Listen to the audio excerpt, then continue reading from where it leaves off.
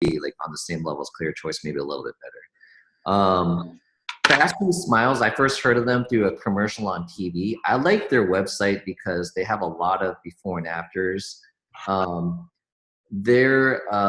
haven't really seen their social media presence, but you know, they do some AdWords and stuff like that. Right.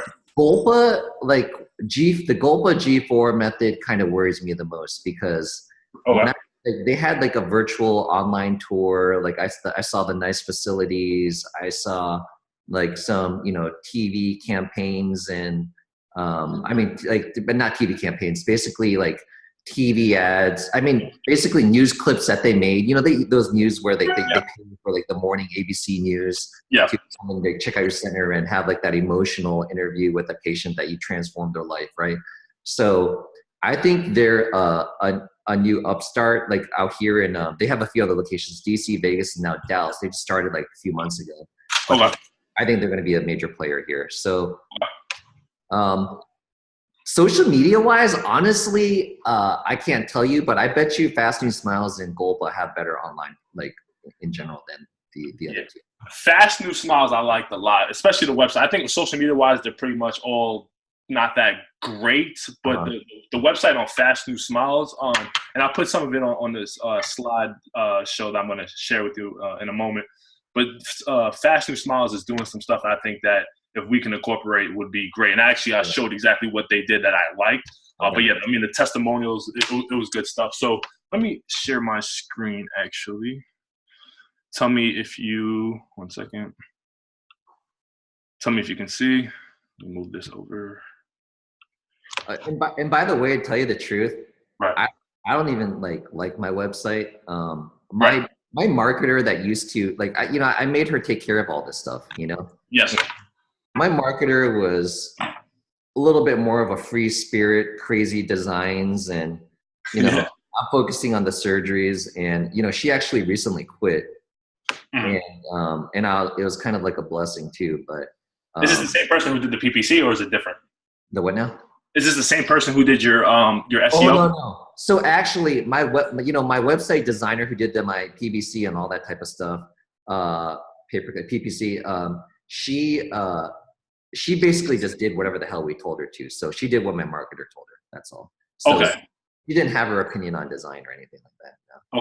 Okay. And then your marketer, she quit recently. She just like moved on, or she was just like. Yeah, you know, she's just one of those who's not getting paid enough. You know, I hear that. Yeah. She was actually bringing in patients. I mean, she was doing her job, but you know, she wanted more compensation for it. So. Got it. Was she in house? Like, did she come in all day, or was she kind of like So, I mean, my issue with her though is like I told you, like the old school method is going out to your GPs and getting patients to come in the door, right, for referrals.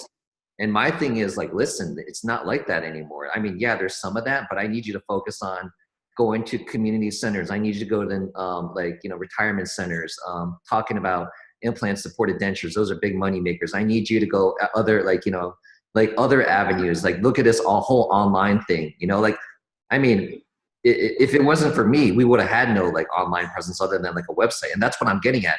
Most surgeons have like a website just because they know they have to have a website. But I'm about using our website and our social media campaigns to drive in customers because I think it could be a monster resource, you know? Right.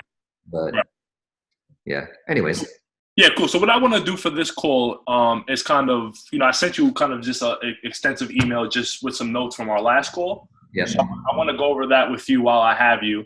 And then once we figure that and see if I missed anything or anything like that, I want to kind of move on into my processes and how I think I can provide you value. Because really, I really don't know how else to do the work besides doing the work. So we're going to kind of go through the process, have some questions to get some information out of you. And then by the end of this call, we should have the bones of the campaign built out. And then we'll figure out the next steps from there. So before I kind of dive deep into this, how are you on time? Just so I know. Time. I got to fly out at 7:45, which is 8:45 your time. So, I mean, I got at least over like an hour, at least an hour. At least an hour. So, all right, cool. So 6:30 my time, we'll cut it. So first, let me kind of go over our DOS method, right? So from what I gathered from our last call, what you really want to do is, you experience rapid growth because this is your first year by your own practice, right? You said the first 7 years you were kind of all around town, and now this is the first year you open your own stuff, right? And you relied heavily on AdWords and SEO. And were you doing traditional methods, and you're trying to get away from it, or you're not doing it at all because you don't believe in it? Oh, you mean traditional marketing, like going door to door to GP, general dentist offices? Well, from the moment that you opened to right now that we're having this discussion, this first year that you experienced your growth, I know from our last call you were doing SEO and AdWords. Were you doing some of those traditional methods and you just want to get away from it and are you currently doing those traditional methods, like, marketing to your general practitioners or whatever? Yeah, we are doing that. To give you like a true story, very quickly. I first entered a sublease into a practice in the city, McKinney, back in September 2016. I kind of like entered the sublease on a whim, and I was going to go in with a partner. Long story short, in order to do that, I knew I had to hire a marketer because I had no time to let other dentists know that I had a surgery practice there. So I hired this marketer. She worked full time for me, but I was coming to that office 4 times, 5 times a month, This is September 2016. 2 months later, we hardly did any production. Basically, we were seeing a few patients, but I was like, you know what? Just me. I feel like I could be successful in any situation. So, fuck it. I pulled $1 million loan. We're going to buy a building. We're going to freaking start a practice. And I was going to start it from scratch. Right. And then basically, I was continuing to let her market. And then basically in March of 2000, I think it was around March or April, we redesigned our website with this former patient of mine who does this stuff. I was just talking to her. She said she does AdWords and all that shit, right? So website design. So she designed the website. We started an AdWords campaign that initiated in May. Yes. That is really when our production really started to started to skyrocket. In June of 2017 is when I moved into my facility that I, took a gamble on. And from May on, we've been, we're productive now. And realistically, why it's been happening is because the website is just driven in a ton of patients. Yeah. The online efforts, I mean. Right. Right. Cool. So that's great. So basically since June, May of last year, up until now, you experienced that rapid growth primarily through AdWords, some SEO stuff, but now you're looking to kind of supplement that success with the social media marketing. Absolutely. Yeah. Cool. I like your choice of words there. I would absolutely love to suffocate the market. Got it. Exactly. Now, what that really means for you, because I was doing my research, is that the boy loves Hawaii. That's the word around town, is that you love Hawaii. Now, is that true? Yeah. Cool. But I guess in the serious note, before I move on, I guess where does your ambition come from? Like you everybody's doing this traditional stuff. Why are you so hell bent on going straight to consumer? Like why are you so impatient? To use your words. I know. I don't know. I'm just impatient. I'm always trying to grow big. I think what we're doing, I believe in what our, how, I'm not all about, the clear choices in all these centers are all about sucking you in and taking your money. I mean, I'm, hey, there's some patients I tell hey, you don't need anything. And sometimes their patients are even have this dumbfounded look on their face and they're extremely grateful, Right. I'm just trying to do something good out there and try to get it all over town. I know it's not easy. But I mean, and let's get to the root of it all too. I love business. I love making money. It's a sign of success. It's not a pure definition of success, but I want to grow bigger, and I'm just an ambitious individual. And I think what we're doing is right. We have a great team culture. I think it's extremely gratifying leading the team that they love working there too. And so it's just a lot of things. How big is your team currently? Currently, 1, 2, 3, 4, 5. Well, 6. We used to be 7, but we're just 6 now. Got it. But we're just one office. So you're 7. You're 7 minus the marketer. She made it 6. Yep. Got it. All right. Perfect.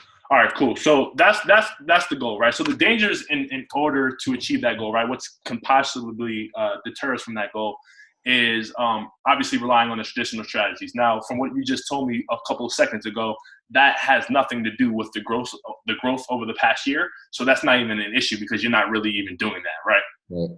Cool. So the second point is, while relying on search is important, obviously it's responsible for the growth, it's also expensive because it's low barrier to entry, right? You have guys like the Clear Choices and, the people that you sent me today. They can just anybody can just easily put together a PPC campaign, but putting together a social media campaign takes a little bit more work, a little bit more effort, which is why the industry is wide open right now, right? Yeah. So it's a bigger barrier to entry. So if you just rely on AdWords, clicks are going to continue to go up. Like you said, it's expensive. The clicks are up because you're competing against so many people as opposed to social media, right? And the last thing is, while we have an older demographic, your biggest concern, what I took away from last call, was you're committed to creating film, but you don't necessarily have a strategy to get that film in front of the right people in a sequence, right? The last thing you probably want to be doing is shooting video just to shoot video. You want to make sure you have a content calendar, where the content is going and how people are getting led down the funnel. Right. Cool. So opportunities. While other people are doing the old traditional methods and relying on PPC, you're going to be the first one to the market in the social media realm. So that's very exciting. And you have a bunch of old patients in your kind of reception area on Facebook. They're there. So it's just a matter of getting in front of them, right? Your strengths. In 1 year, you were able to skyrocket your business. You're a risk taker. So it's not surprising that you want to kind of be the first one going direct to consumer on Facebook. This is kind of par for the course for you. And we didn't really talk about this on last call, but you have a database. So, one thing, and we'll talk about this a little bit more in the strategies, how many patients, since we're going to be focused on dental implants, how many dental implant surgeries have you done over the past year since you really opened? Since I've opened, God, I have, I don't know, man. I've probably done at that location alone, probably done maybe 500 to 750 implants. And then, all together in the last year, I bet you I placed like over 1,000 easy. Do you have the emails for these people? The emails? Yeah. When they come and do an implant, do you have them on a specific list? How do you keep that information? So that's all downloaded into what we call our open dental software. Right. But it has their, it has their demographics. It has their name, city. The reason why I'm asking, just to give you some context, is because what we could do on platforms like Facebook, Instagram, YouTube, whatever, is we can actually take a list of people who you've done dental implants for, upload them, and create custom audience. So what I can say is, hey, Facebook, here's a list of everybody I've done dental implants for. Find me people who are most like these people in the North Texas area, right? Okay. So if you already have a list of 1,000 people who've done it, we can upload it and find people who are similar to the people you've already done the surgery on. So that's why I'm asking, just to give you some context. Okay, cool. So what kind of just general demographics, like age, rate, age, sex, like that, or well, we don't have actual what their occupation was or how much money they make. Yeah, so what Facebook does, actually, if you upload the email addresses, they figure all that out. So there's something called Facebook Audience Insights. So if you upload the email addresses, assuming that those email addresses are the same one that they use to create a Facebook, which is most likely, it'll say, okay, out of these 1,000 people, most of them are 60 years old, right? So that's why, even though open rates, so this is how I view, and we're going to go into strategy into a second. Even though open rates continue to go down year over year, emails are kind of like insurance. That's how I view emails, right? Because even though people might not open your email, you can still get in front of them in so many different ways if you have the email, right? You don't just email them. You can get in front of them on YouTube, on Facebook, on Instagram if you have it. So it's like an insurance policy. So that's why I was kind of asking. And we'll go into that a little bit later. But just to kind of finish this off, obviously you said that your consultations usually close into sales on the same day. So I take from that's you're a good salesman, a good salesperson, right? To be a good doctor, you have to be a good salesman. Right. Because that's all sales is just consultative. You ask a bunch of questions and then you try to see if you can have the solution for it. So you fit that, right? And now the strategy. Obviously, you don't want to traditional strategy. You said that so many times. Okay, cool. This seems like I copy and pasted the wrong thing, but basically you want a strategy where you, like I said before, have a system that you can use on Facebook or YouTube that okay, this is what's going to happen as a result of me crafting these videos, of these contents or whatever. This is how it all plays out. So I crafted that all for you, and we'll go into that in just a moment. So let me get your feedback. Based off that DOS evaluation, that email I sent you, did I miss the boat on anything? Could I be more? Yeah, you were pretty spot on with the whole thing. Okay, cool. All right, cool. So you ready to go into some strategy? You ready to put in some work? You ready to roll up some sleeves, man? Yeah. Yep. Cool. So let's kind of go into it. Let me see. There we go. All right. So sales funnels, right? You hear a lot about sales funnels. You obviously put your ad out on Upwork. You've spoken to a lot of people. You said that, some people talking about landing pages, all this type of stuff. So the real question, how I like to start off, calls like this is, what exactly is a sales funnel, right? People, they hear about it because of the Facebook hype and things like that.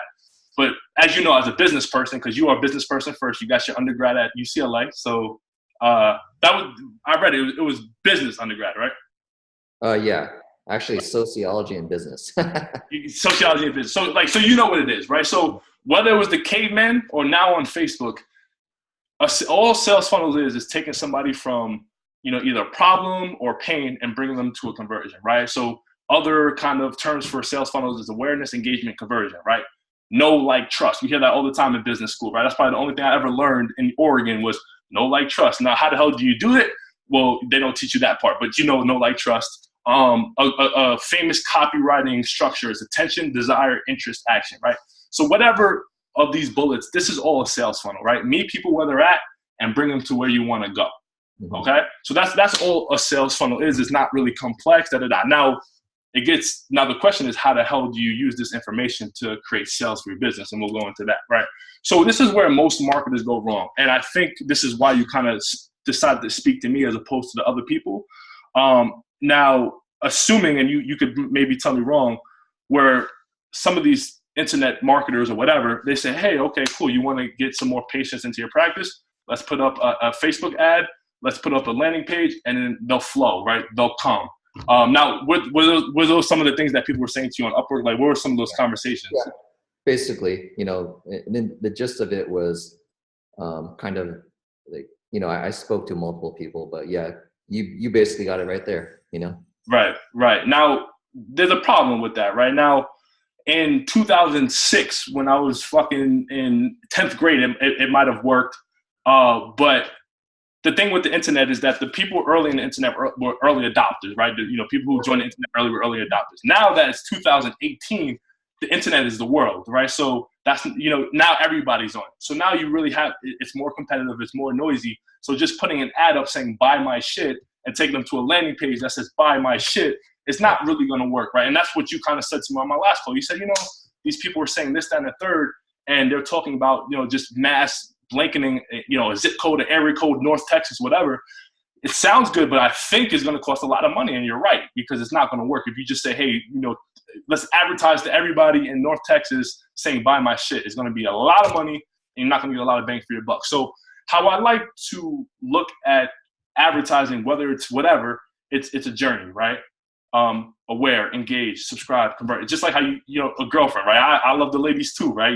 Sometimes you're going to hit it off on the first night, depending on if they might have broke up with their girlfriend, right? So more people have more needs, and some people are going to buy quicker than others. But just to say, buy my stuff, that's not really a concise strategy, right? So I like to take people through a journey, right? Here's an example of something somebody might have did from Upwork. They just, write an ad, here's $1,000 off, buy my stuff, right? And you said this, not everything is about discounting. You have to provide value. This is the words that you told me on our last call, and that's exactly right. So how do I get past that? I have something called the 3x3 system, and I'm so happy you actually sent me some of your competitors early, because I'm going to show you how their stuff actually fits into the system so you can see practical examples. But I basically take your customers, the people you want to get in front of, and I take them through this journey, right? How do we get their attention? And then once we get their attention, how do we get them to get engaged? And then how do we then turn them into, qualified leads who come into your location and turn into buyers? So this is where we're going to do some work, but a little bit about the system. Here's the top, here's the middle, and here's the offer. So you said you were speaking to your girlfriend and that you have your camera ready, you're going to film in your home, and you're ready to do that, right? But now in this system, that's the second stage, right? That's the second stage, right? Of showing your expertise, showing your authority, that you're a doctor, that you're knowledgeable. That's the second step. Now, the first thing we learn in business is that people buy from emotions and they back it up logically, right? So what you said to me was very logical, right? So if we start off with, talking to people in a logical aspect, it's better than buy my stuff, but it's not the best we can do. Do you understand? Mm-hmm. Right. So how do we do that? So what I like to do in my Facebook advertising, YouTube advertising systems, I like to start off with stories, right? Stories sell, facts tell. And there's 3 different types of stories that you can use. So you can use a why story, right? Basically, why did you get into this business, right? Why did you pick dental? You're ambitious. You could have did a lot more things. You could have been on Wall Street. Why did you choose dental? Why did you choose to help people and improving their smiles, improving their confidence, improving how does that help you, right? So a little story about that. Another story we can tell is transformational stories about some of your customers. This is what some of your competitors are doing, right? They have the testimonials, the stories. It's all about them, right? There was I'll show you what some of your competitors did. Some of your competitors are doing that, and I think all your competitors are doing this. The authority intro. This is like they're on fucking the local news channel, and they're getting interviewed by the local press, right? So I like to start off with these 3 things because they're stories, and you're not really selling anything. You're just getting that trust, that no, right? You get that no, I know and I like them. Then once we get people in your awareness funnel, right? So that's the top of the funnel, right? So once we get people here, right? Then we start with the logical stuff, right? So why I like to start off with this is twofold. Number one, it's cheaper because if you have a video that's about a transformational story, Facebook will show it to a lot more people because it's engaging. It has like a viral type of aspect. And how Facebook charges is based off the engagement, right? So if your video is not a good video, like buy my stuff, they'll show it to less people and they'll charge you a lot more money because people aren't really engaging with it. People are scrolling past it. They're clicking that this is spam. It's not really engaging, right? People are on social media to watch videos, to, feel good, right? Check up. You're not meeting the customer where they're at, right? So, and something like a why video, transformational story video, authority kind of video, people will tag their spouse, their husband, Okay, wow, you should go to this dentist, right? This is a good start.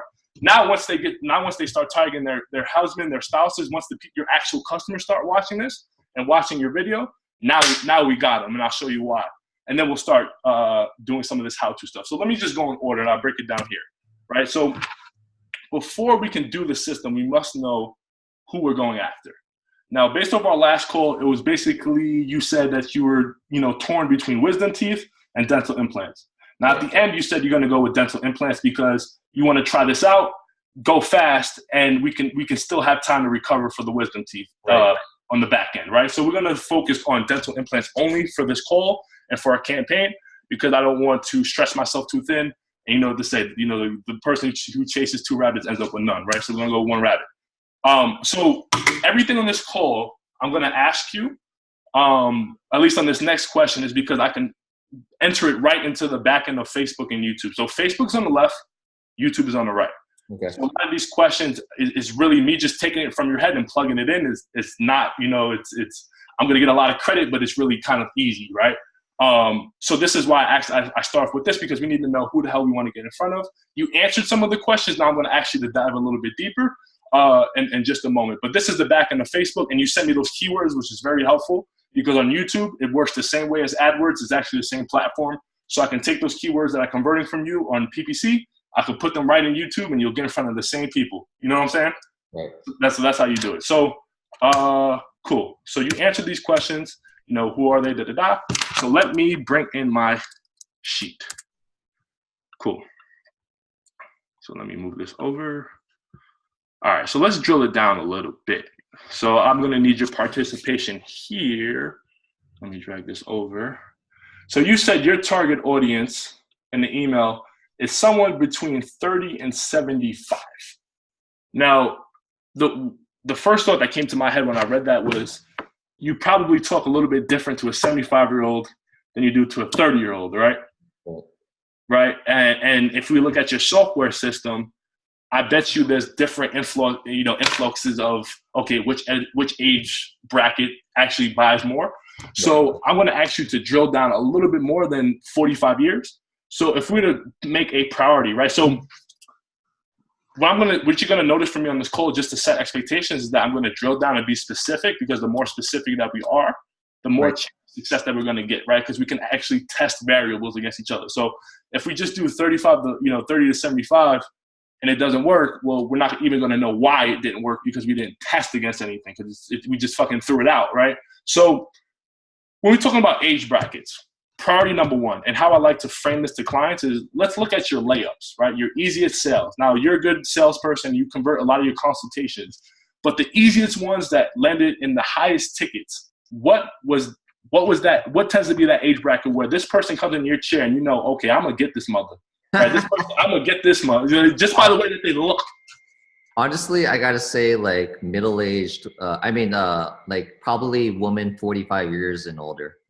I think they're so emotional that you make that emotional connection and evoke their emotions, and they're an easy sell.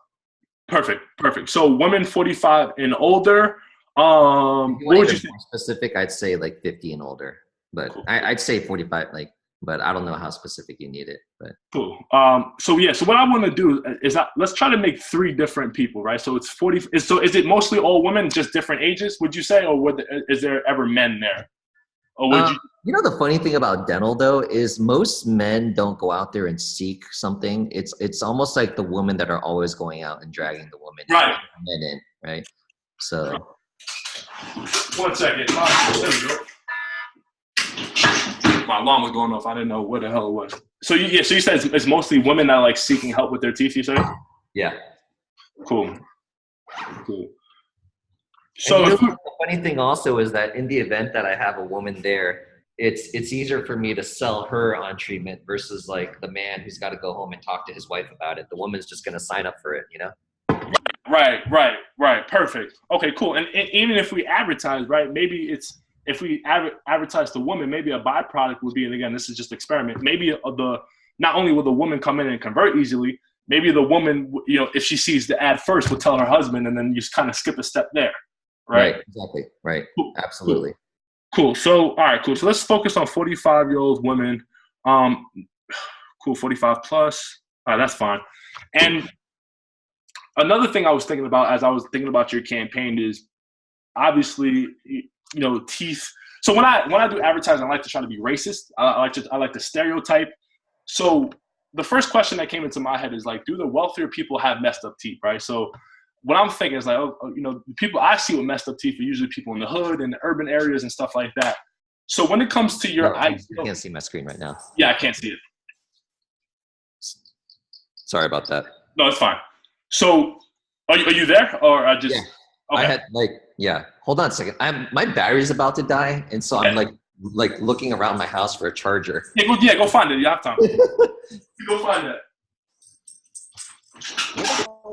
Oh, I left it at. You left one at the kitty. But I have another. Yeah, I don't need that. But where the hell is my other charger? Because I had another charger, and I don't know where the hell. Wait, this is the small one. I need the big one.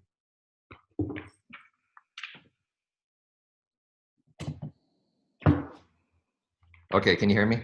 Yeah, I can hear you. Okay, I'm sorry. You were saying that you were being racist. Yeah, I said when did you find the charger? Yeah, I got it.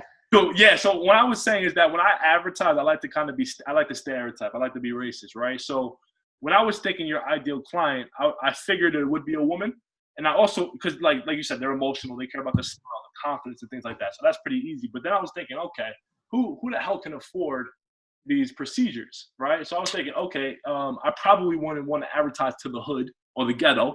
So when it comes to your ideal client, are they in specific zip codes in North Texas that are, wealthy? And what I actually did, if you can see my screen, I actually found some articles that rank like the top zip codes. But have you noticed that's a trend, or like do you like certain zip codes, certain affluent people, like are they 45-year-old women who are white, which I'm assuming? Here's another thing that I noticed. So the AdWords campaign was like a lot of money because we did the expanded radius kind of like all over DFW. And then, you know, you got to be careful with AdWords, right? Because everyone starts clicking on your damn link and then like how many people are actually coming in. But if you actually were to look at a map of like Dallas Fort Worth, like McKinney is like on the far northeast corner, like, and we're I'm on a freeway basically where north of me is like farmland and everything south of me is like where all the action is. So basically what I'm getting at, hold on, let me share my screen again. Basically where I'm getting at is that I've started to notice that even with the AdWords or just the patients that come in, a lot of them are actually coming in from the McKinney area. And the reason why my second location is going to be in Plano, it's definitely going to be a little bit more of an affluent area, but it's also more in a very centralized location. So I think that's going to be very helpful also. Now, in regards to like, man, profiling, God, I mean, sometimes you get guys come in like, and they look like straight rednecks, but they have the money and they really want to do this, you know? So I honestly, like, I don't know, man. And I try to track stuff, you know, I really do to try to track like, you know, the clients and stuff. But. So just the layup, because I'll show you actually, let me show you the slide. So as a, you know, somebody who does dental surgery, I think you'll appreciate this one. So this is how I do everything, right? It's all a scientific experiment, right? We have no, you know, nothing is set in stone, right? This is how I have this hung up on my wall in my room. This is how I do stuff. So when we constructed our hypothesis, which is basically what we're doing now, you know, we want to go off past data, right? So obviously you have customers who bought from you all type of different profiles. We know that, right? But now since we're spending money and we're going to try to get an ROI, is the redneck the layup? If a redneck comes in, yeah, they've spent and they have money, but is that the layup for you? Or is it like that 45-year-old woman who is from a specific area code, right? Because we already know it's 45-plus-year-old woman. Now, are they in specific area codes? Are they in the poorer area codes? Like what, or is area code doesn't even matter? You just want to do North Texas. You know what? Like with the second location, like, I mean, like pulling in from Plano and all over that whole place, I'm up for it. You know, I don't like, I would love to target, I guess, Plano and McKinney area. Okay. Yeah. Plano and McKinney. You know, I just noticed that so many, like, our business has been commoditized, right? Mm-hmm. So when they commoditize things, like people don't want to drive very far, right? And then price becomes a big factor. Then how do you build that value, right? And I totally agree. It's like with those emotional stories and all that, right? Right. Cool. All right, cool. So for this location, you want to do Plano and McKinney. Now, here are some secondary questions I have. It might not be relevant because some target features are better for specific industries than other, but are there specific music shows or magazines that they read? I know you said that these people tend to be familiar with Clear Choice and stuff. Just tell me a little bit about their interests as far as, again, racist, stereotype profiling type of hat on, and then we could take it off after this section. Oh God, what magazines do they read? Shit. And it might not be relevant. You know, it might be 45-year-old woman from Plano, McKinney. It might be black, you know, Hispanic, white. So it's all different. But does it tend to be, you know, people who like electronic, you know, like, so just kind of help me out with, God, dude, they were like all over the damn place. I mean, they're black, they're white, they're Mexican, they're, you know, obese, skinny, smokers, not smokers. I couldn't tell you, honestly. I really couldn't. So. All right, perfect. That's fine. That's why I'm kind of putting the secondary, because sometimes it matters, sometimes it doesn't. But you said something interesting. Can you just talk to me a little bit more about the Clear Choice stuff? You said that people know about it, but they don't. Like, can you explain that a little bit more? So the Clear Choice thing is like, if you were to look at like YouTube, a video of theirs, is like they do like these. There's always a story, right? It's always like them talking about a patient that has a story, and so. You know, just they don't even tell you basically what they had. They were just ashamed of their smile, and then they're transformed into a beautiful smile. Right. And you know, that's all it is. I mean, and so that's why it's kind of like a cool thing, because a lot of these patients you watch these commercials and it could be like they're not happy about their smile and all they need are braces, but then they just know about dental implants and hardly anything about dentistry, and they go in for a consultation, and it's like they're kind of wasting their time. Right. But at the same time, Clear Choice pays so much money for the advertisements that you could need one implant, but they'll take all your teeth out and do the $50,000-$60,000 solution because they can't waste an opportunity, right? Right. I mean, that's something we see too. Right. Cool. All right, cool. So I have that information from you. That's great. So let's move on, right? And again, I'm going to do it in the order of this funnel here. So now that we know who we're speaking about, now as a marketer, my head goes to, okay, how can we get their attention, right? Because you have to earn their attention before you can sell to them. Now, if we look at your competitors, here's what they're doing, right? So the 3x3 concept is, the why video, the transformational story, and the authority intro. This is how we want to introduce ourselves to the market. So Fast New Smiles has this video. And if we had something like this, I could tell you we can make a lot of money. So let me show you what they got. So let me show you. So this video right here, testimonials. Let me put this right here. My thing might be running slow. So,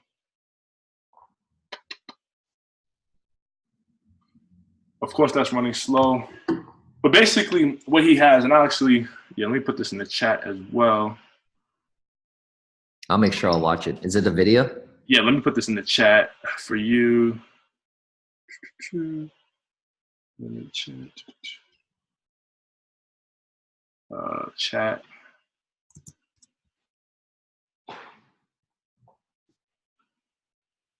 So boom, here it is. So look, this video, can you hear it from my screen? Yep, I can. All right, perfect. Let's just watch this. So the first thing, I probably wouldn't start this slow because if we're on YouTube, we have 5 seconds to catch somebody's attention. But besides me being nitpicky, this is a pretty good video. My name is Rosemary Gutierrez, and I am a graphic designer at the Dallas Museum of Art. I've been struggling with dental issues for the past 20 years. Completely fucked up teeth. 13 years old, and yeah. My smile was a little crooked. But it wasn't until recently that my gums started to recede and my teeth started moving dramatically. So that's when I knew I really needed to get some work done. So when I came across Dr. Amazari's website, the website design was beautiful. He had great reviews. I felt confident in his bio, and so he was someone that I could trust. Rosemary presented to our office. She had severe. So I mean, you can watch that, on your own time. But basically, that's the type of video I want to start. No, I totally agree, man. Those like he gets it. I mean, he gets it enough that he hired the right marketer for that job. Right. And if you notice, right. So I probably would have went a little bit more deep. I probably had to tell stories about maybe how she was picked on, and really made her go deep, depending on how comfortable she was as a client. But I probably would have went a little bit more harder before I introduced the doctor. Yeah, that's how you want to introduce yourself to the market, especially on a social media platform. Because do you know how many people would share that? Do you know how many friends would tag their friends who need that into your stuff? Exactly. You understand? And then that's how we start. That's how we start getting the people who have the issues. Because, like you said, there is no button, right? If we look at this slide right here, no button that says, okay, person with cavities or person with messed up teeth. No. So we have to create content that gets people to either raise their hand, like I said, and this is how we get people to raise their hand, because friends will start tagging friends, spouses will start tagging spouses, people who actually have messed up teeth will watch 100% of the video, and this is how we start getting those people who have the messed up teeth, your prospective client. This is how we start getting them to raise their hand. Now, basically, all your competitors have this type of video. This is just the regular, boring. It's my least favorite, but it's effective. Let me show you. Here we go. No, not this one. This one, right? Yeah, this one. They had this. This might work with the older woman who's this. I wouldn't care about this type of video. Why does it keep on going to this website? There you go. Yeah, ArchPoint's website's pretty boring. Yeah, exactly. But it might appeal to that older demographic, Testimonial. Where the hell's the? Let me see. Where was it? basically they just had them on, it was just a press release. It was on some local news, right? And everybody pretty much had that. But this right here, I think these two, while this is effective because it's just the clout, whatever, these two are my favorite type of ones to start with, just because on the platforms that we're trying to play in, we have to meet the customer where they're at, right? They're not trying to hear that buy my stuff right now. They have to know and like you first, right? So with that being said, let's do some work. Let me pull up. Hey, Rick, what recording software are you using right now? I'm using Zoom. Zoom? Oh, okay. Cool. Yeah, Zoom. Yeah, they just have a recording and it just records it. Yeah, awesome. They just record it. I also have ones called Camtasia. So I use Camtasia. Yeah, Camtasia is the truth. Cool. So let's do some tofu exercises, right? So your why video. And if you had 60 seconds to compel me why you did this, and you did it a little bit earlier, which is why I wanted to kind of give you a prep. So why, as somebody who's ambitious as you, why did you pick the dental industry and helping people in this way as opposed to stock market, real estate, etc.? Marketing. I think it's like a gratifying, it's a gratifying experience when you can provide a person who's kind of hopeless in regards to which avenue to go down to, which doctor to go to know which options there are. Mm-hmm. So when you can deliver that, and also, as a specialist too, I mean, in dentistry, like we're not all equal, right? There's a lot of general dentists out there. I mean, this is something that you don't know, but that guy that you saw, like the doctor at Fast New Smiles, he's a prosthodontist. He's a specialist, and he's trained in like this type of stuff. Right. And then there's me also. I'm a specialist trained in this stuff, but there's a lot of general dentists out there that just market also.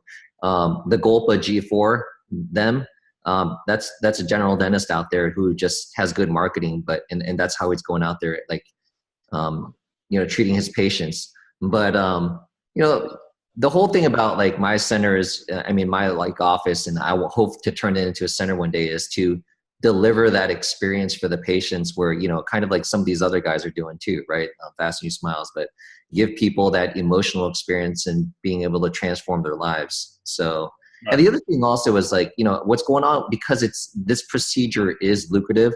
And to tell you the truth, these implant solutions that these guys are doing, I don't even recommend it most of the time, because I don't think it's necessarily the right solution for a lot of these patients. But the key thing is it actually costs a lot more money. And that's why a lot of these guys are pushing it all the time, because it costs more and it's more income for the practice. Right.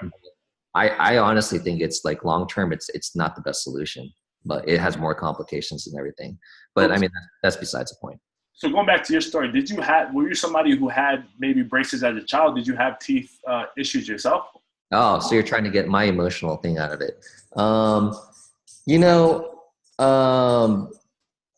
God, I should make up some story where somebody like dental issues really affected me, right? We'll plan. We'll be strategic. But I'm just trying to see what I'm working with here as far as the story. No, not really. I mean, my mom didn't grow up with dentures, and I wasn't like traumatized by seeing a set of dentures on the kitchen. Right. Yeah. So. Cool. Cool. So we'll work with that. Now, when it comes to, let's make up that story. We'll get into it. I have some script for it. We'll get into it. But now you said you did about over 500 of these procedures over the past year or so.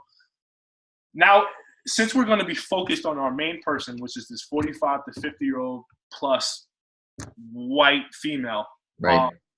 Or any female. Yeah, any female, which is a great point. I'm glad you corrected me there.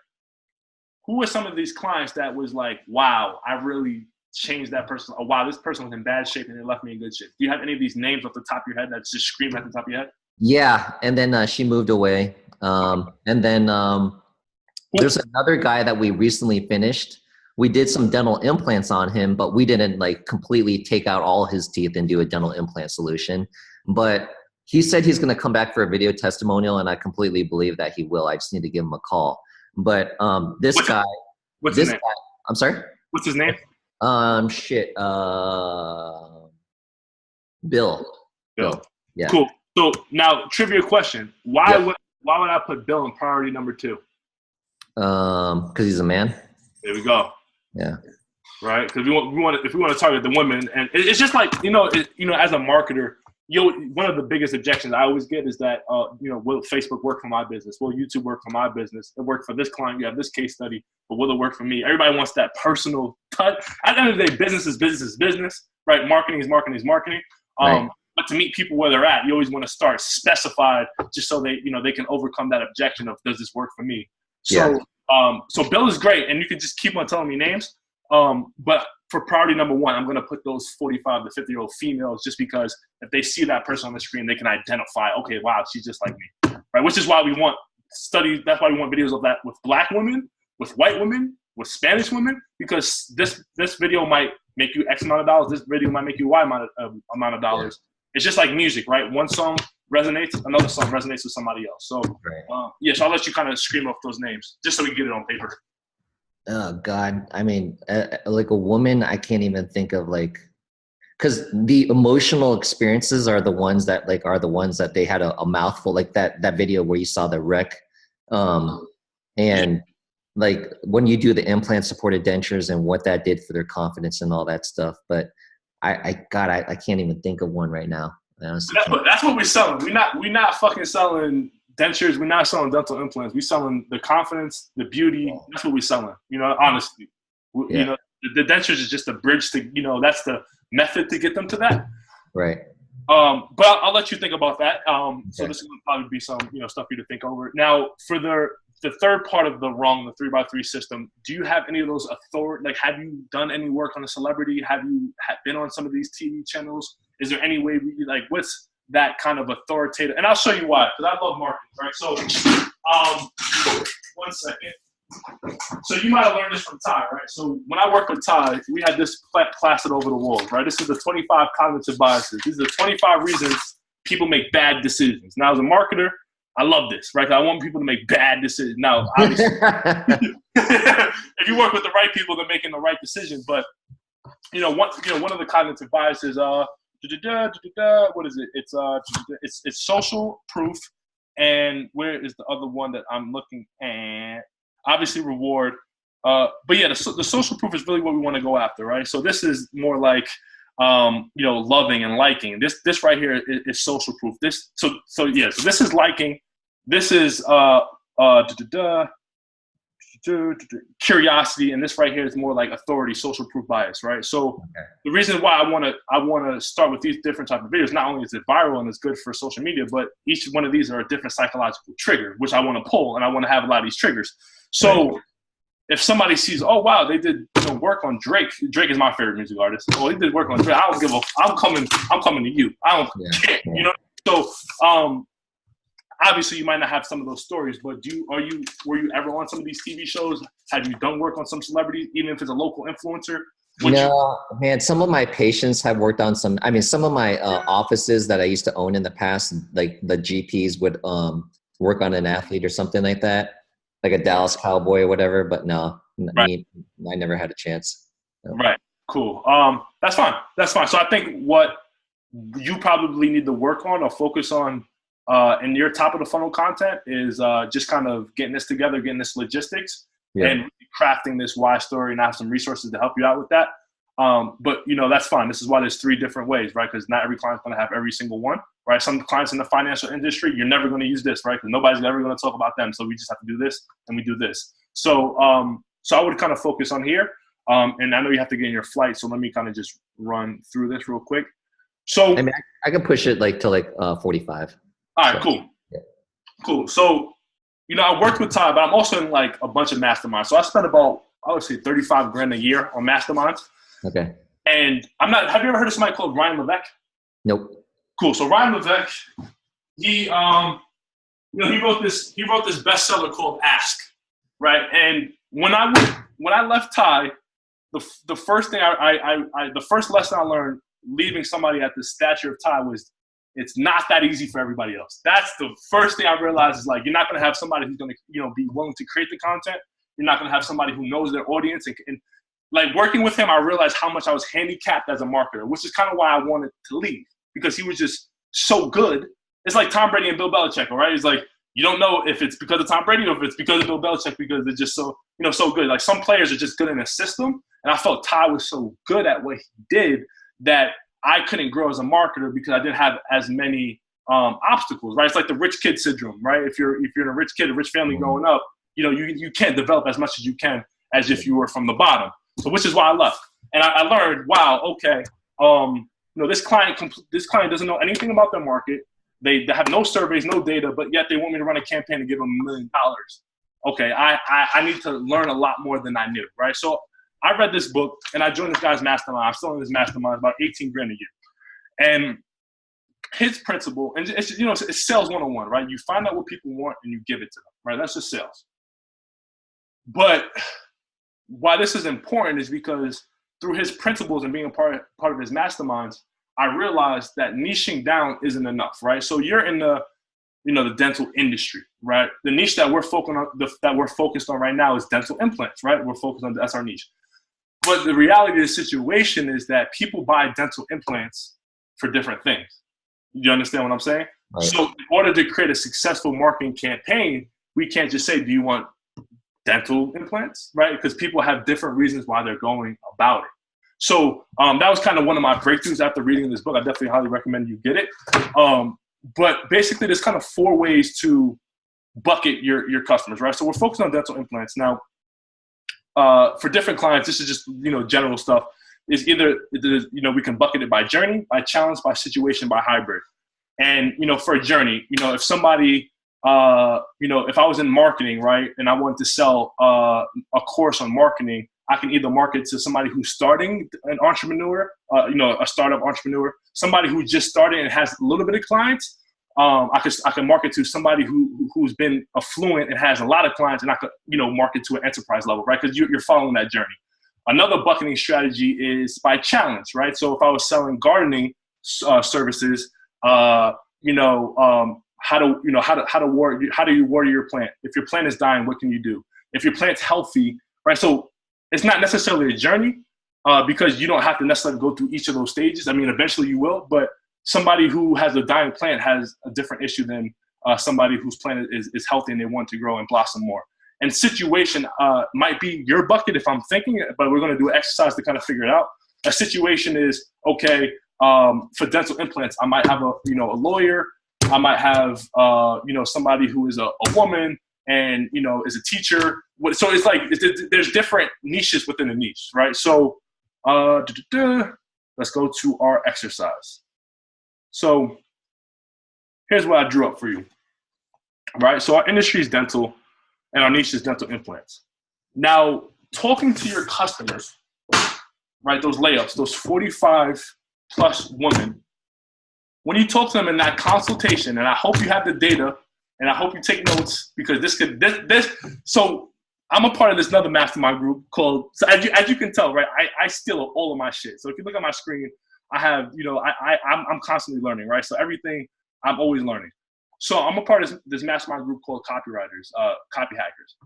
Because I feel like if you know how to write copy, you can always make money. You always have a job because every sales funnel has to do with writing. There's always writing in everything that you're doing. You need to be good at it. But what she said to me that was a breakthrough with me is that you should never write your copy. If you're writing your copy, you're probably not going to be effective because the number one job of creating successful sales funnels and successful copy is that you show your customer in the mirror how they feel about themselves. The easiest way to do that is collect data and survey and whatever they say and just show them that message. Now, of course, you might have to tweak it and turn it around, but that's your job as a copywriter. But it should never be making up a message. It should always be taking it and showing it to them, right? So when it comes to you and your consultation, right? So let me delete wisdom teeth because we're not doing that. When it comes to these dental implants and the people in your consultation, why is it now? Maybe some people have messed up teeth for years, which I'm assuming that they don't just wake up one day with messed up teeth. Obviously we're going to have constant, but what's that triggering event that made them go now, right? They've been dealing with so long. What's that trigger event that made them go now? Did I just get a raise and a promotion and I can't be taken seriously? Like, what's those triggering events? I think it's basically, patients come in because they have a problem and they just, maybe they might not have liked their smile like all these years. And over the years, like it like progressively got worse, but it's not something that they were willing to move on until like they came in for a consultation. They're like, that person asked them, are you happy about your smile? Because, and the other thing is combined with the factors that, and it's not just about, hey, let's like, you know, are you unhappy with, you know, your skinny little arms? Well, let's cut them off and give you these cool bionic arms, which you're going to be able to lift anything with, right? And so it's not like these dental implant supported dentures, I mean, they're a great option if like I mean, but they're not your own teeth, right? I mean, it's still like an implant supported solution. It's never going to be like having your own natural teeth again. But if you are going to lose your teeth, they're the best solution, right?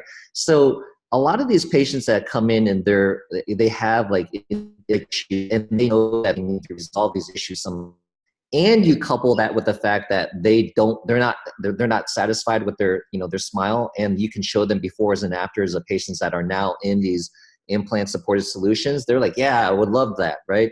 So I think it's just kind of coupling like a physical need coupled with, you know, the desire for that beautiful smile that you can provide with this solution. I think that really evokes the emotions, and that's what they want. Cool.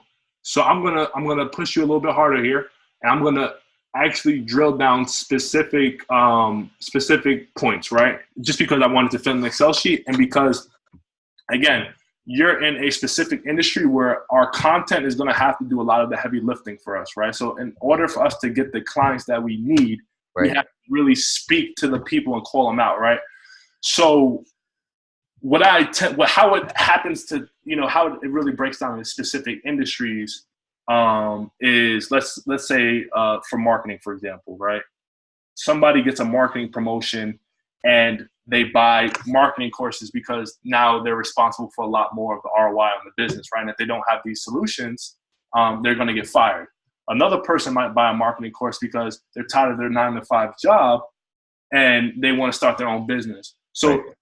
Can you give me a listicle form of different triggering events or different situations or different challenges, right? And this is why the buckets were important. And I'll have you look at, can you break it down in one of these ways where we can put it in an Excel sheet? Because each one of these problems is going to be its own ad. You know what I'm saying? And each one of these ads is going to bring in a different person. And when we bring in these different people, we want to speak to them the rest of the journey in the way that they identify. So some other ideas would be, okay, lack of confidence. But, you know, typically you don't just take a person that has like a jacked up smile and just like, I mean, you could be fixing that with orthodontics, right? So slap them with some braces and Invisalign, they'd be fine. But let's talk about another point, periodontal disease. When you have some very serious gum disease, you know, that's the layman's term. If you have very serious gum disease, you need to get those, sometimes worst case scenario, you got to get those teeth out because that can actually kill you. That can give you a stroke, that can give you heart disease. There we go. Yes. So, any answers like these? Yes. Yeah. So that's like a big issue. So now instead of taking those out and being put in a denture, now we got another solution that's going to be beautiful and also, you know, provide function, right? So you're not going to be your mother, right, or your father. I think that's another thing that really scares the shit out of people is they don't want to be their mom and dad. They have these nightmares. I had a patient tell me one time, he shuddered at the thought of like seeing his grandfather like at the dinner table. He would take out his denture and stick it in his pocket, you know? So like that also scared him. Yes. I mean, so what is it that usually gets people to be motivated? It's fear of something, and it's like desire, or so you know the other. I mean, we would see. I mean, how often are you going to go like? I mean, a car accident victim that loses his teeth. I mean, how often are you going to have people like that on Facebook? So I mean, I don't know if I would filter by that, but let's see, what else would there be? I think periodontal disease is a huge factor that a patient's going to land, which is the gum disease is a huge factor. They don't want to be their mom or dad. They have a lot of cavities in their mouth.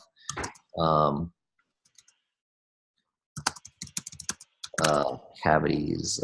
I mean, like people who is like their mouth is like a wreck, and you know, it's just going to be so much money to try to fix everything, and they don't want to keep coming into the dentist because they're terrified of coming to the dentist, right? And so, a lot of the reasons why, like, I don't know if you're you figured that you picked this up, but a lot of these marketing campaigns by these guys they're all saying done in a day, teeth in a day, all on 4 in a day, like because nobody wants to come into the dentist for like multiple surgeries. They just want to get everything done in one day. Now, is that the best solution? Hell no, right? but people are being drawn in by that message where Yes. I don't like, you know, they tell me that, like, I don't like you. I want you to know that I don't like dentists. It's like, yeah, I hear that all day, every day. But like these people just want to, like, they see that ad. It's like, it's, you know, a sexy ad, beautiful teeth, and oh shit, like it's one day, one time, all done one day. Like, and that's what really is attractive to them too. Right. So. Cool. Do you have any multiple? Yeah, that problem would be multiple visits, like multiple surgeries. That scares them. So. Right. So you're on a roll. So let me not stop you. Do you have any more stuff like this? Because this is where like a lot of the heavy lifting of a campaign is done. Is like before I even put anything together, or write a single word or put a single landing page up. Like this is the type of work that this is the campaign is what we're doing right now, right? So I would probably like, you know, like if you send that to me also, I just need to kind of think about things for a little bit, and like I could kind of like add on to it, you know. But I know right now we probably don't have enough time to like do that now, but cool. And I'm going to send you some resources about triggering events, just so you can, I'll send you some stuff. Yeah, I'll hook you up. Cool. So we have about 12 more minutes. So when it comes to, what I like to break this in by is stage of awareness, right? So this has a lot to do with the landing page writing, but somebody who's not confident, right? So basically, as a consumer who's not really too much in the dental industry, if I have messed up teeth, I might not know all the solutions or all the things that I can do to fix my situation. Like you said all the time, somebody has messed up teeth, but they might fall into doing this whole big procedure and they don't really need it because they don't necessarily know, okay, they could have took a different option that would have been less money, less surgeries, et cetera, right? The doctors play this game with them because it's more revenue for the. So when it comes to somebody who's not confident, right? And we're talking about dental implants, right? Right. Somebody who's not confident, what stage of awareness do they usually fall in for dental implants, right? And this, the stage of awareness, let me see if I can find it on Google. This is just classic advertising, but basically there's a spectrum of where people fall, right? There's, let me not do that. I'll do it later. I'll send that to you actually. But there's somebody who's unaware of it all, right? They don't even know they have an issue. This is probably never going to be you, right? Because if you have messed up teeth, you know it. So it's either somebody who's problem aware, which means I know I have messed up teeth, and I need to do something about it. I don't know what. There's somebody who's solution aware. Is like, okay, I have messed up teeth, and I know for my situation, dental implants are, kind of what I need to. Actually, let me take a step back. So somebody who's problem aware is I have messed up teeth and I need to do something about it. Somebody who's solution aware is I have messed up teeth. I need to go to a dentist. Product aware is I have messed up teeth. I need to do a dental implant. And somebody who's most aware is the people in your database right now is I have messed up teeth and I either probably went for a consultation already or I did it, right? So somebody who's not confident most of the time, right? Remember, we're talking about people who are pre-consultation, the people we want to get in front of. Most of the people, the thing about the people who come to your chair for the consultation for the first time, most of the people whose trigger point is confidence, where are they on the spectrum? Do they know about dental implants? Did they think they needed dentures? And like for the majority, again, stereotyping, being general here, the people who are not confident and they come on your consultations, where do they usually fall on the spectrum? I think problem aware. Okay. So they don't know that like dental implants are. No, they don't. I mean, they might know a little bit about it, but they're not thinking that dental implants are going to fix everything. Okay. Yeah. I think a lot of people are just naive. They really are. Okay, cool. Now, people who have periodontal / gum disease, how does that usually work in the sales process? Is this something that somebody's coming to you, hey, I know I have periodontal disease, or this is something where you do your x-rays and say, wow, you have periodontal disease? Like, do people know that they have it, or do they not know that they have it? I think most people don't know that they have it. Okay. So that's unaware.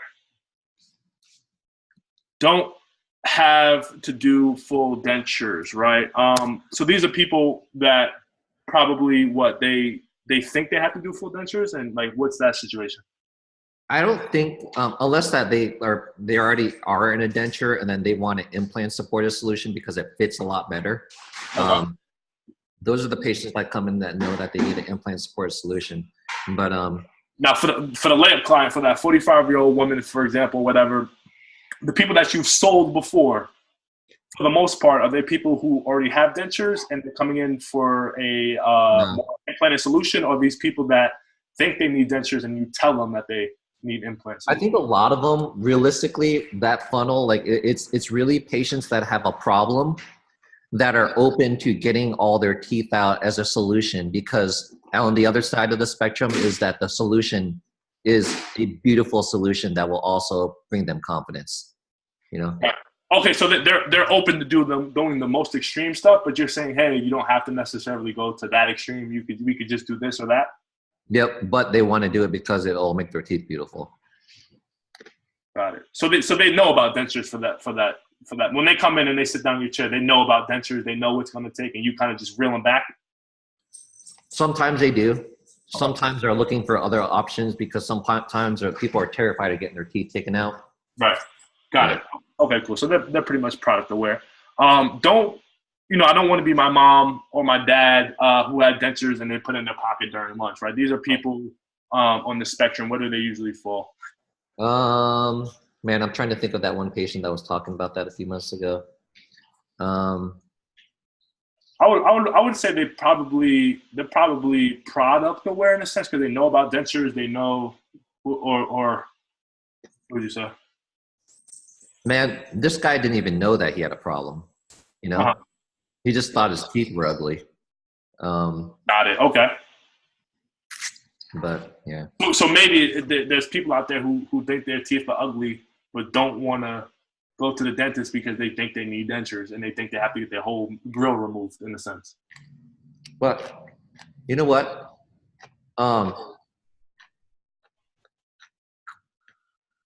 Remember that girl on the Fast New Smiles commercial? Yes. She had like horrendous teeth, right? Yeah. I look right at that video and she has a severe case of what we call periodontal disease, right? The gum disease. Yeah. How, like, another marketing angle is, it's kind of unrelated to tell you the truth, but how do you, in the broader sense of the practice, how do you get people to come in for those evaluations earlier than before, like all hell breaks loose in your mouth, right? Of course, right. Like, mouth was a freaking disaster at that time, but I think focusing on the serious health aspects of what can happen to you. I think that would be a good marketing angle to get people to come to the door, versus like later on. But I'm not gonna before it gets worse. Cool. So a lot of cavities, they're problem aware. Why is having a lot of cavities? Is that really a situation that happens a lot? These people have a lot of cavities. Yeah, so whenever these patients have like a ton of cavities, what that means is that they're going to have to come in, do tons of appointments. I mean, not with me, but like with root canals, crowns, like tons of procedures, tons of money, obviously. And the problem is that that's probably going to be a patch. And ultimately you're going to, in the long road, spend more money and more dental appointments by getting these implants one day. Got it. So you're saving them time here.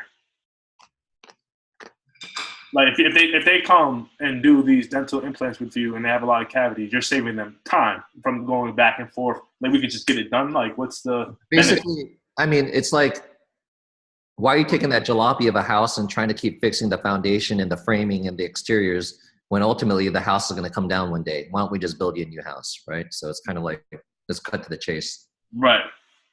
Cool. So terrified of the dentist. They don't want multiple days. Talk to me a little about this customer.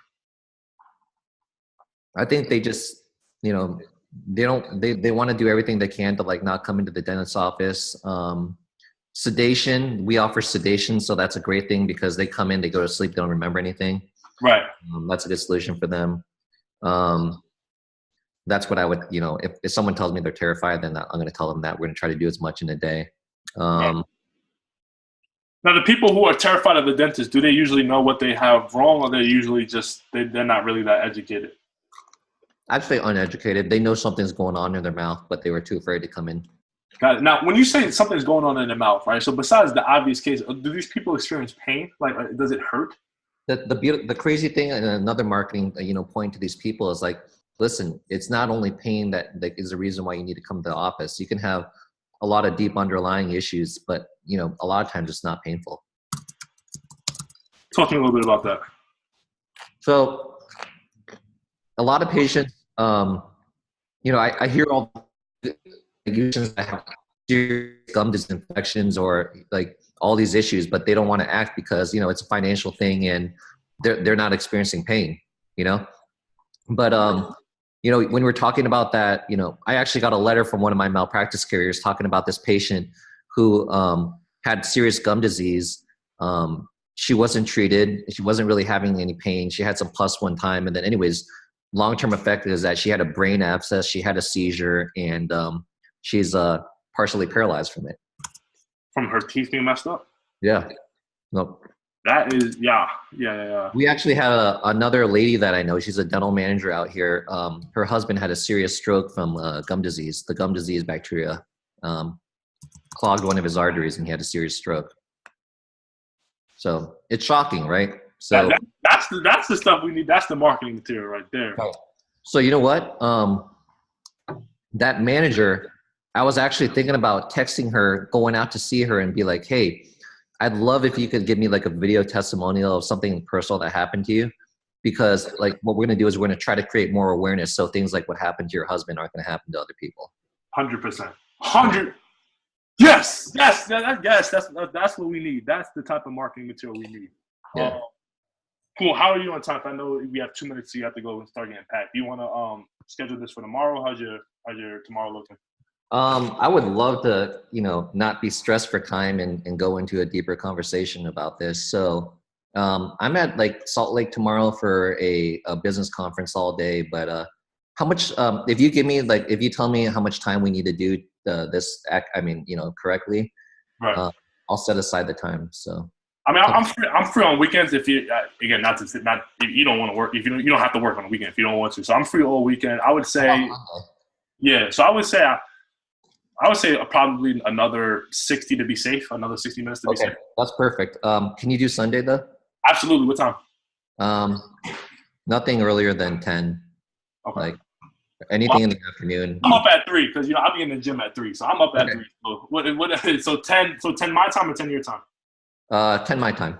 Okay, so 11 my time. All right, cool. So I'll send you a calendar invite for 11, and then we'll kind of just wrap all this stuff up. And either tonight or tomorrow morning, I'll send you just some stuff for you to look at, some resources, and I'll try to outline it in the email.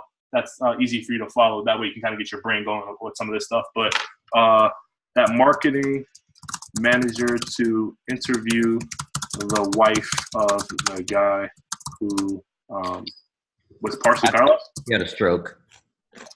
Cool. Yeah, ended up being paralyzed. Yep. Cool. Yeah. So that's the type of stuff that's going to play that's going to change the game.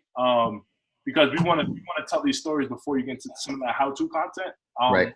Once we get people to, and again, just to give you a sneak peek, this is what I was talking to you about on the call. So, what Facebook allows you to do, right here. So why video is going to be important is because there's a targeting feature on Facebook that allows you to, let's present so you can see closer. So do you see how it says that you can target somebody who watched 25% of your video, 50% of your video, 75% of your video, 95% of your video? Uh-huh. So basically what we can do in a campaign is, okay, this person watched 95% of a video about this gum disease viral video. So now we can show them the how-to content about how to, solve gum disease or what you need to look out for. We can offer them some type of ebook or video, get their information, and either you can call them or whatever, or and then we can show them an offer to get them in the door. You understand? So, yep. So this is why video is important, because Facebook is cool because it allows you to kind of just retarget everybody based on video views. And then the cool thing about it, and I'll leave you right here, is once we get somebody to come to one of your landing pages, we get them on YouTube too. Boom. So if they click to your landing page, they're definitely interested in some regard. We got them on YouTube now. So whether you're on Facebook, whether they're on YouTube, whether they're on Instagram, once they get to your landing page, they're going to see you and come in. And now the key thing, though, why the top of the funnel is so important is because we need to know what trigger they're in, right? Because if they're this person, we want to continue talking to them about this issue. If they're this person, we want to talk to them about this issue, right? This person's not going to respond to this. This person's not going to respond to that. So that's important because we want to segment at the top, and then we want to start following them with that message that they know, that we know that they like, because they saw 100% of the video. They clicked over to the landing page. And then what you're going to have in Facebook is, okay, you're going to have 500 people who clicked the video about the story about Jessica who had the dentures. Now you have 1,000 people who clicked the story about the guy who had a stroke. Then you have, now we not only do we have people who are aware, we know people who are aware of you and for what. And then that's going to make the difference. Okay. You understand? Yep, I do. All right, cool. So there's a method to the madness. I know it's a little bit of exercising, but I appreciate you getting your arms rolled up. And I think Sunday we should have all this complete. Okay, awesome. All right, Dana. So I'm going to send you a calendar invite for Sunday at 11 my time. Yep. And I'm also going to send you a follow-up email of just some stuff that we covered, some stuff I want you to look over just so you can be prepared for Sunday. Okay. And on Sunday, we'll do Zoom, same Zoom, and then we'll finish it out, okay? Okay, sounds good. Is there anything else you need me to look at? Some of the resources you gave me were really good, and it helped me kind of visualize what you're trying to do. Is there anything else you need me to look at? If not, you could probably just reply to my email with some additional ideas that you have on the flight. Okay, I think that's pretty much it. Okay, cool. All right, well, I look forward to Sunday, man. Okay, sounds good. See you then. Is your girlfriant going with you, or is it just you? It's a leadership conference, so we're actually going. Is it specific to dentists, or is it just not at all? No. Not at all. Cool. All right, man. Well, you have fun. It's Salt Lake, and there's not gonna be much to do, so I'm sure you'll be focused. All right, brother. I'll see you on Sunday. All right. Take care. Bye. Bye, man.